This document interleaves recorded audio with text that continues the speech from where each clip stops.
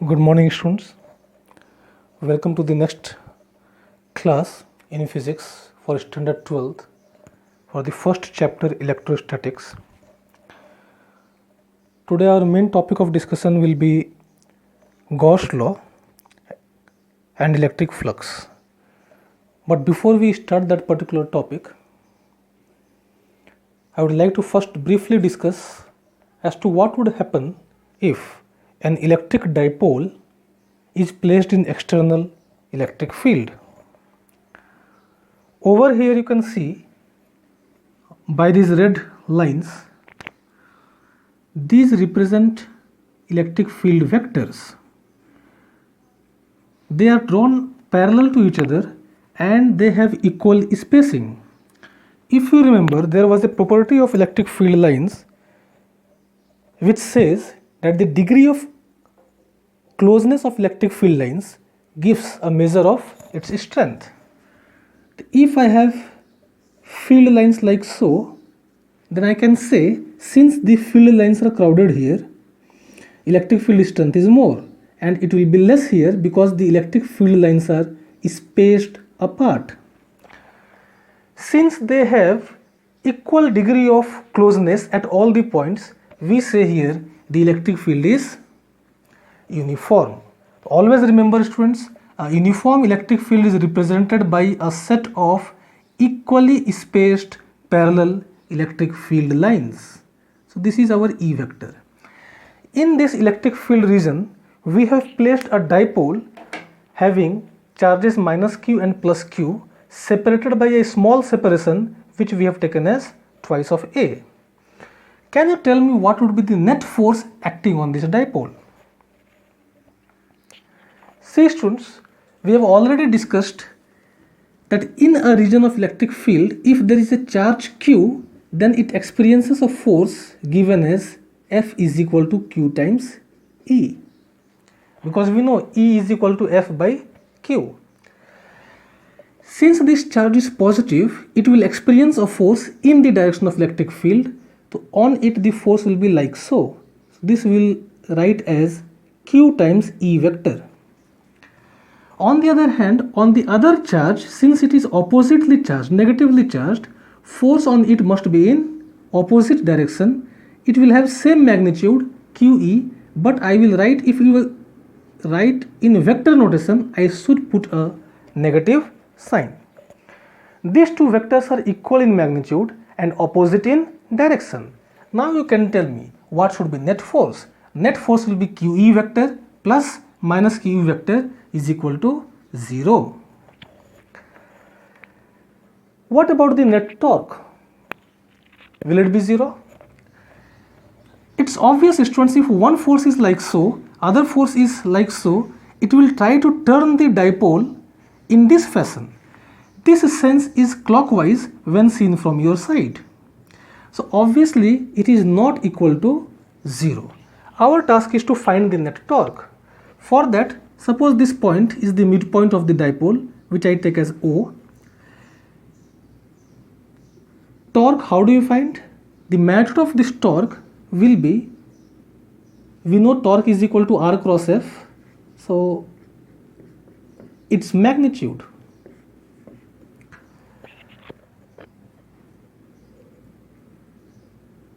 This we can write as R perpendicular times F.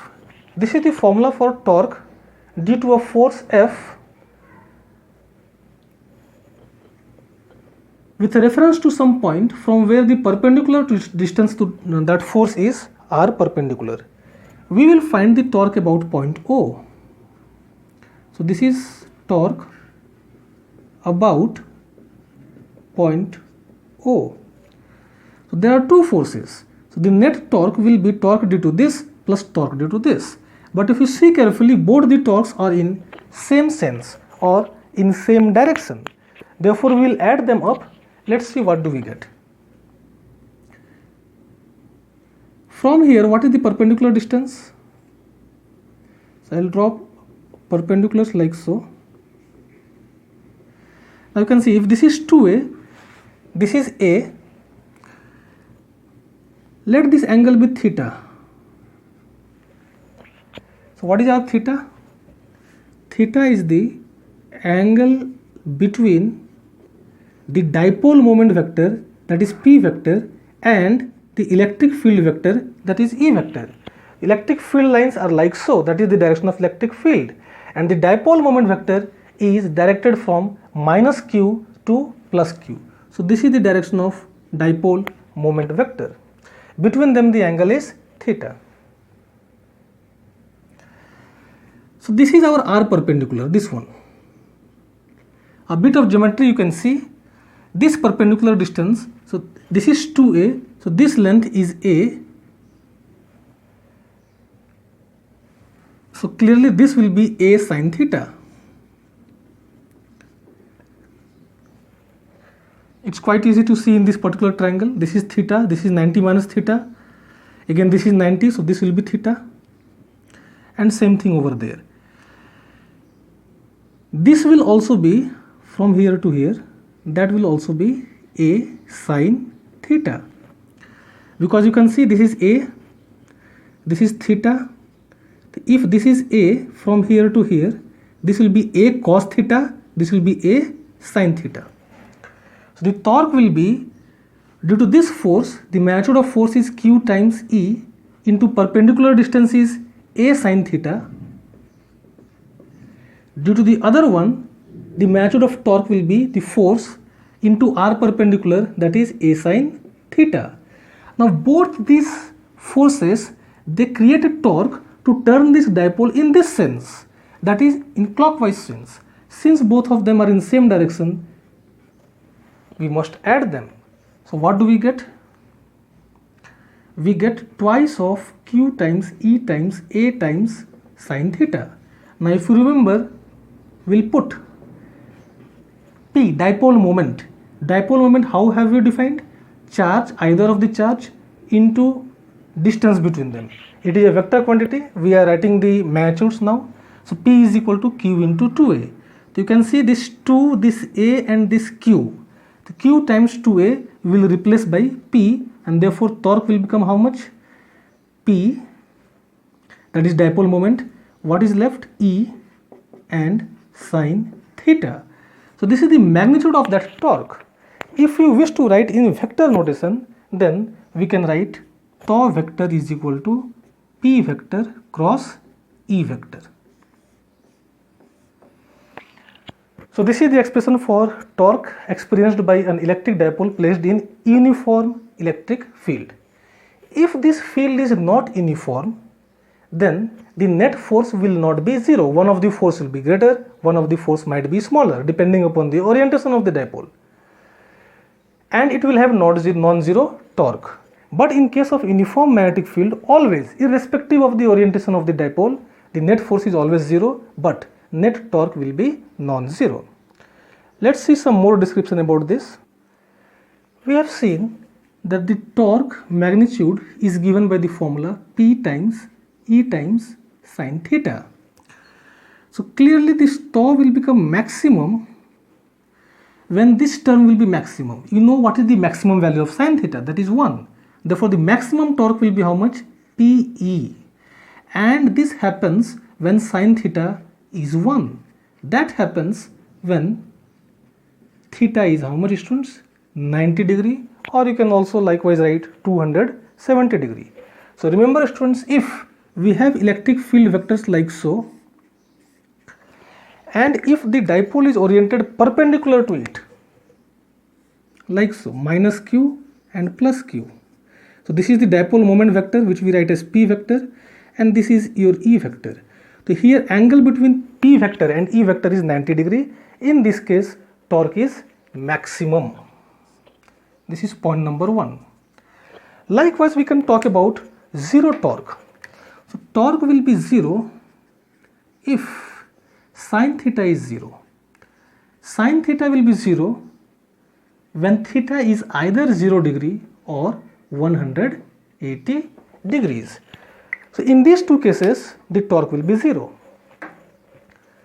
So how would this situation look like? So these are the electric field lines in the region of uniform electric field. We write as E vector.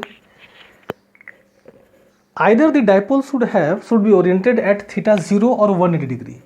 So we can have situation like this, minus q plus q, this is dipole moment vector p vector along E vector, or we can have situation like this, this is minus q, this is plus q, this is p vector which is opposite to E vector.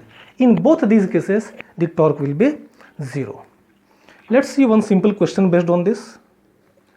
This is the question: at what orientation of an electric dipole placed in external uniform electric field the torque is half the maximum value?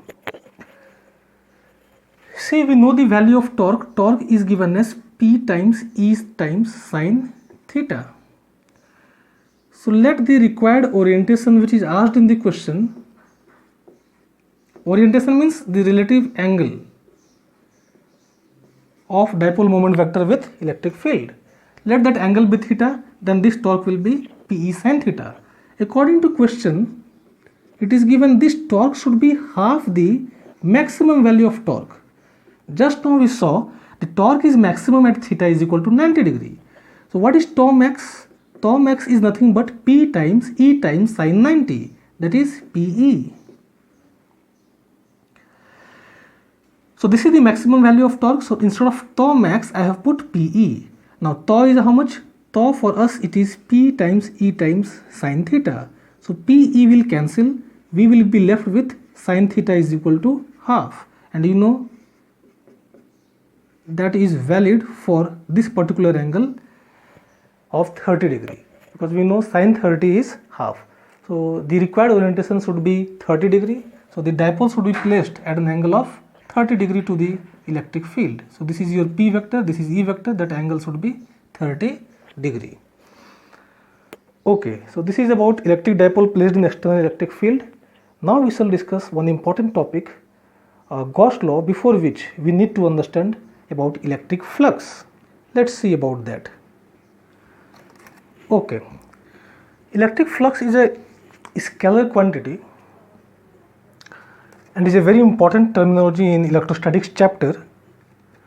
Over here you see an open surface. What is the meaning of open surface? Open surface, for example, it can be something like this. This you can see it's just a plane surface.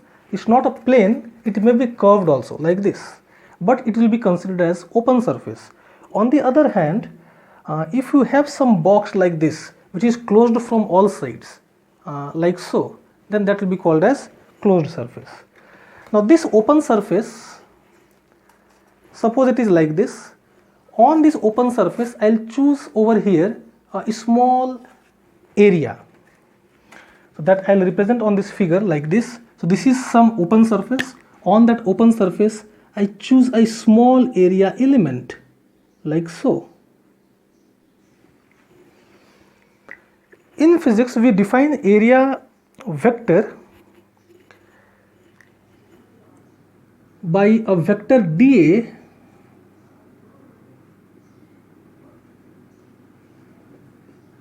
which has a magnitude. Its magnitude is equal to area of this particular element, whatever shape it has, and its direction, its magnitude is nothing but dA. dA is the differential area element, and its direction is along the outward normal.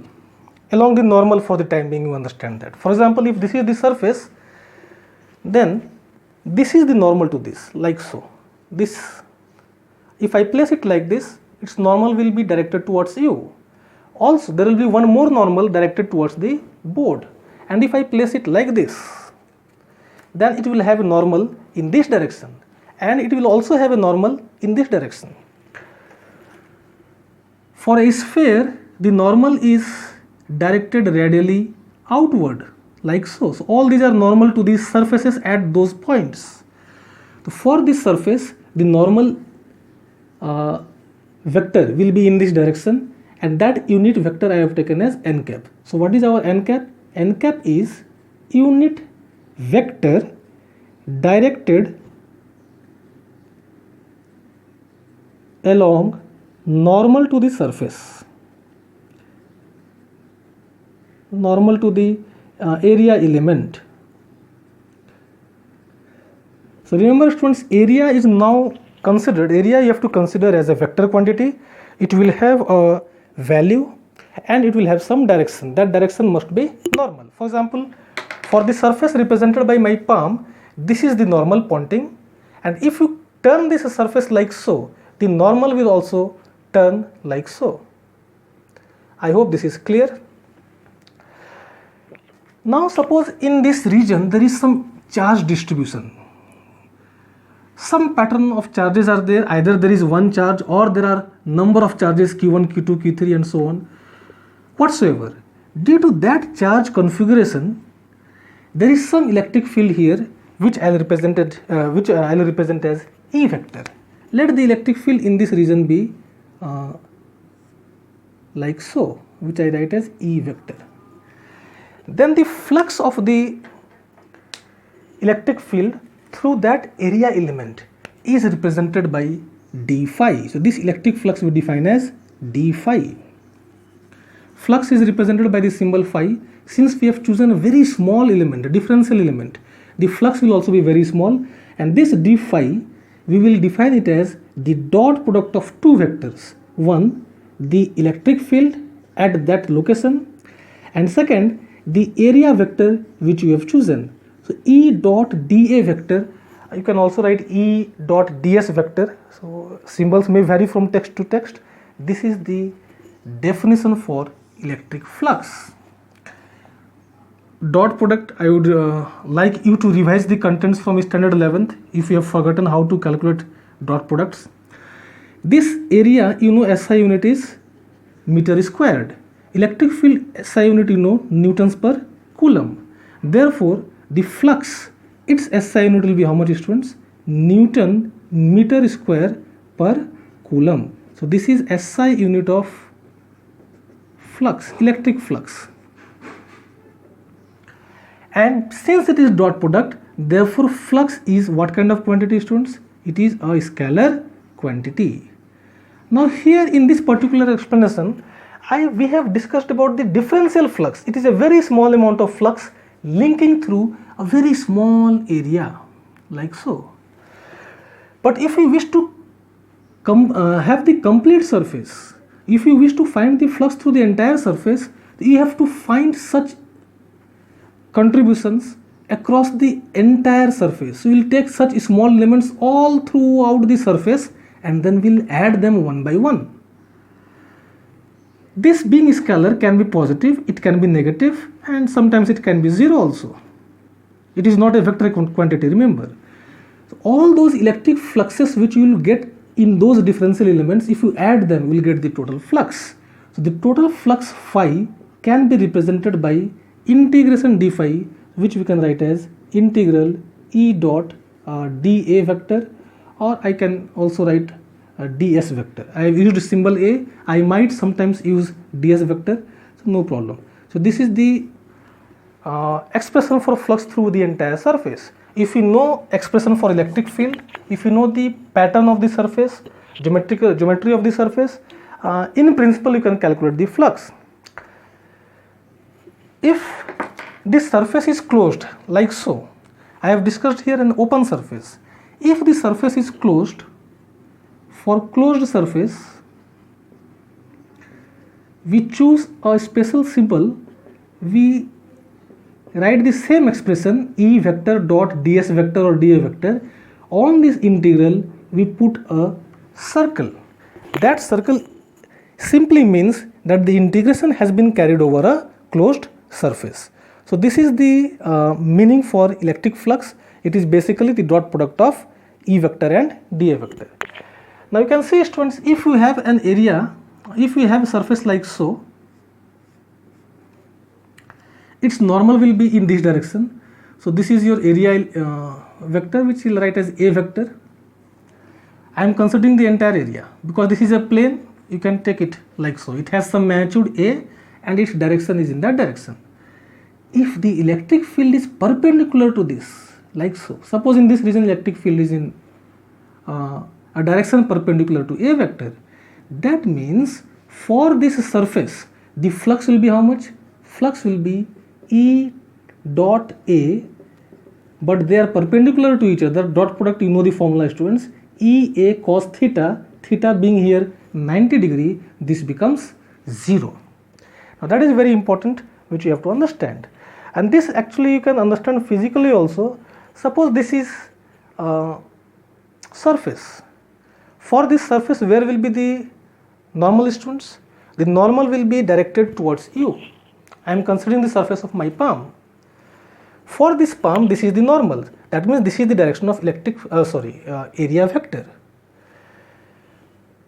If electric field lines are like so, or electric field is like this, then they will not happen to cross this surface. Remember, flux represents, it is in a way it is a measure of how many electric field lines cross perpendicular or normally through a surface.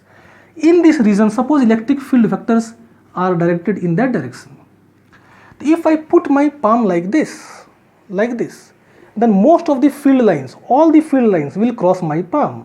Because most of them will cross my palm, that's why I'll say the flux is maximum. That is the situation wherein here this is the direction of electric field vector, and because my palm is like this, its normal is also in that direction. The area vector and electric field, they are in same direction, that's why here flux is maximum, theta is 0 degree.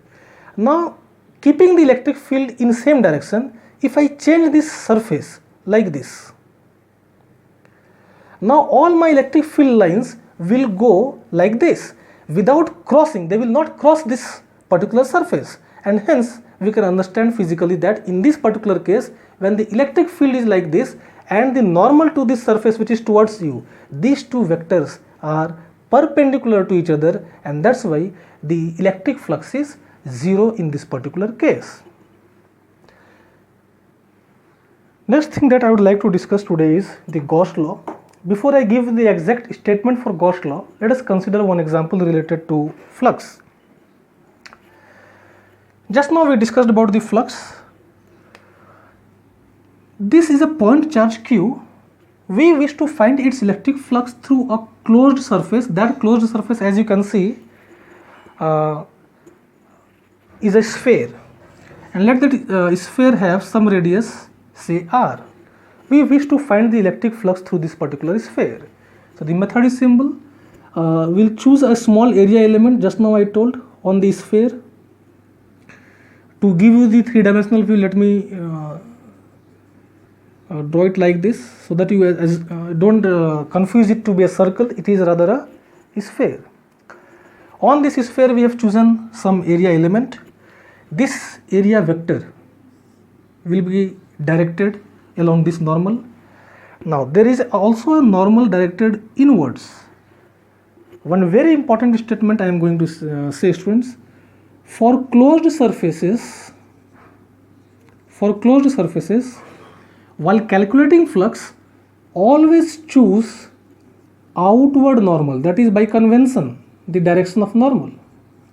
There will be two normals. In open surface there will be ambiguity, both of them can be treated as normals, but whenever the surface is closed, one of the normals will be directed inwards, other normal will be directed outward. Which of these two we have to choose? We have to choose the outward normal for calculating the flux. So this area element I will write as dA vector. The electric field due to point charge you already have studied earlier, students. Due to point charge I will draw its electric field lines.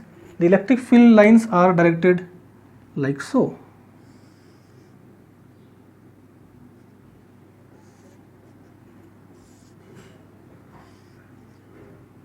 They are directed radially outward. We have already learned how to draw the electric field lines due to different charge configuration. So this was dA vector, and this is our electric field vector at this particular point, which is at a distance how much? Equal to radius of this sphere. So the small amount of flux through this area, that will represent as d phi, and this d phi is equal to how much? E vector dot dA vector. Therefore the total flux through this surface, total flux through the sphere will be given as phi is equal to integral E dot dA vector, and we'll put a circle, which I have told you earlier. It simply means the integration is being carried over the closed surface. Now how to take dot product? Can you see that the electric field vector and area vector are in same direction? Since they are in same direction, this becomes E times dA times cos 0 degree. What is cos 0? That is 1. So 1 multiplied by something is same thing, so we can write it like so. It becomes simply E into dA. We now take help of a very important tool that we call as symmetry. You can see this point, any point on this imaginary surface of a sphere, if you consider, all those points are at equal distance from this charge. Electric field, due to a point charge is given by 1 by 4 pi epsilon naught charge q upon r square. Since this r is same for all the points on the sphere, so I conclude that electric field vector has same magnitude at all points on the sphere. Point number 1. Also, electric field by symmetry, you can say, is directed at all points. It is directed radially outward. It is for this reason we have made this angle 0 degree, cos 0 becomes 1. Since it has same magnitude, we can treat it as a constant, and this constant can be taken out of the integration. Therefore, this phi will become how much? E times integration dA. Now, what is E at these points? All the points we have same expression, 1 by 4 pi epsilon naught, that is the value of electric field. Q times r is our radius, r square, into integration of dA. This is a small area element. Integration dA means for that entire surface at all the points we have to choose area elements and we have to add them. That will give you the total surface area of this particular sphere. That is nothing but 4 pi r square. And that gives us an important result, that the flux due to a point charge linking through a sphere at the center of which the charge is placed, that flux comes out to be how much? You can see 4 pi will cancel, r square will cancel. How much will be left? 1 by epsilon naught times q.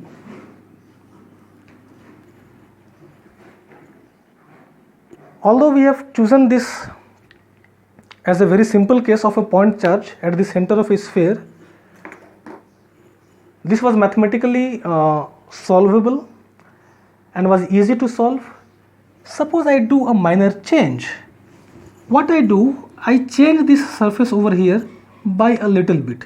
Let this surface be changed a little over here and a little over here, so that the complete shape is now no longer a sphere. It is not a spherical shape. Then this calculation of integral becomes very tough. But even in that case, after a rigorous calculation which is beyond our scope of discussion, the answer, the result will remain same. And this is the mathematical expression for the law which we'll call as Gauss law. So this is a very important tool. It prevents you, it helps you in omitting important mathematical steps. Directly you can write the result. So do remember this particular result. What does it say? It says that the flux through any closed surface is 1 by epsilon naught times charge inside that particular closed surface. So let's see that particular statement. So this is the mathematical expression for the Gauss law. It says that the flux through a closed surface, which is given as integral E dot ds, is equal to 1 by epsilon naught times q in. The electric flux through any closed surface, closed is important, through any closed surface is equal to 1 by epsilon naught times the net charge. I should write here the net charge enclosed inside the surface. For example, if I have a closed surface like so, here I have charge 2q, here I have charge minus q, and here I have charge 3q. Suppose there are 3 charges and I have a charge here outside 2q. then the total flux according to this law should be how much? 1 by epsilon naught times the net charge enclosed inside the surface. Charges which are present, remember this, charges present outside this surface, closed surface, do not contribute to the flux. So what will be your Q in? It will be 2Q plus 3Q plus minus Q. So 2 and 3, 5, 5 minus 1, 4. So it becomes 2Q plus 3Q minus Q is equal to 1 by epsilon naught times 4Q. In this way we have to find the flux. So this is the statement of Gauss law, and we have obtained it. We have in fact seen the justification for a point charge at the center of a sphere. But as I told, if we change this surface, if we break this symmetry, then also this law holds true. But we will not derive that. One important thing I would like to add over here is that although in the right hand side about Q in I have told about this term, it is the net charge enclosed inside the closed surface. Those charges which are present outside the closed surface, they do not contribute to the flux. But in left hand side, this E vector is the net electric field. It was net charge, it is net electric field. It was inside the surface, but this is the net electrostatic field at the concerned point due to all charges, whether they are present inside or outside the closed surface. This is very, very important, students. Inside, outside, both are included for this E vector. So in the left hand side, the E vector is the net resultant electric field due to all the charges, inside or outside. But Q in is the net charge which is present inside the Gaussian surface. So whenever some queries are there, be very much particular about this E vector and this Q in LHS and RHS respectively. Let us now try to discuss one simple question based on Gauss law. Here you can see there is a figure. There is a charge Q placed at the center of a hemispherical surface. You have to calculate the flux due to this charge through this hemispherical surface. Now calculation of flux, mathematically it is nothing but integral E dot ds vector. But then if you use Gauss law, in cases where we can use symmetry, the things become simple. Let's see how we can use Gauss law to solve this particular question. First of all, Gauss law is valid for closed surface. It is an open surface, it is hemisphere. So we will imagine its counterpart will add identical hemisphere upside down to complete the spherical surface. This is imaginary. Now this becomes our complete sphere. This one imaginary part I will call it as surface 2, and this one I will call it as surface 1. We have to find flux through surface 1. This is question mark. Now for this imaginary surface, charge Q is placed inside this. So using Gauss law, we can say the total flux will be, as per the law, 1 by epsilon naught times charge enclosed inside the Gaussian surface. Gaussian surface is the term given to that surface on which we are applying Gauss law. We are applying Gauss law on this particular sphere. So the net charge inside this Gaussian surface is nothing but Q. But by symmetry, this phi is nothing. This is a scalar quantity, you know. This phi is the flux through the entire surface. This can be divided into two parts. The flux through the surface 1, which I write as phi 1, plus the flux through surface 2. So that becomes how much? 1 by epsilon naught times Q. Now again we will use a symmetry argument. There is no reason to say that one of these two surfaces will have more flux, because this charge at the center of this hemisphere, it is also at the center of the other hemisphere, and the situations are identical for both the hemispheres. Therefore we use the concept of symmetry and we tell that the flux through both the surfaces phi 1 and phi 2 must be identical, and this gives us the result that if phi 1 and phi 2 are identical and their sum is equal to this much, therefore the flux through the surface 1, which is what we have to calculate, will be half of this. So it becomes how much? Q upon 2 epsilon naught. I will stop here, students. In the next class we will discuss applications of Gauss law. So there are some assignments in the assignment section. You can go over to that assignment and solve the questions, and you can send in your queries so that they can be discussed. So next class will be our last class based on the Gauss law. We will discuss some applications, and following that there will be a test. So be prepared for that. I wish you all the best. Thank you. See you in the next class.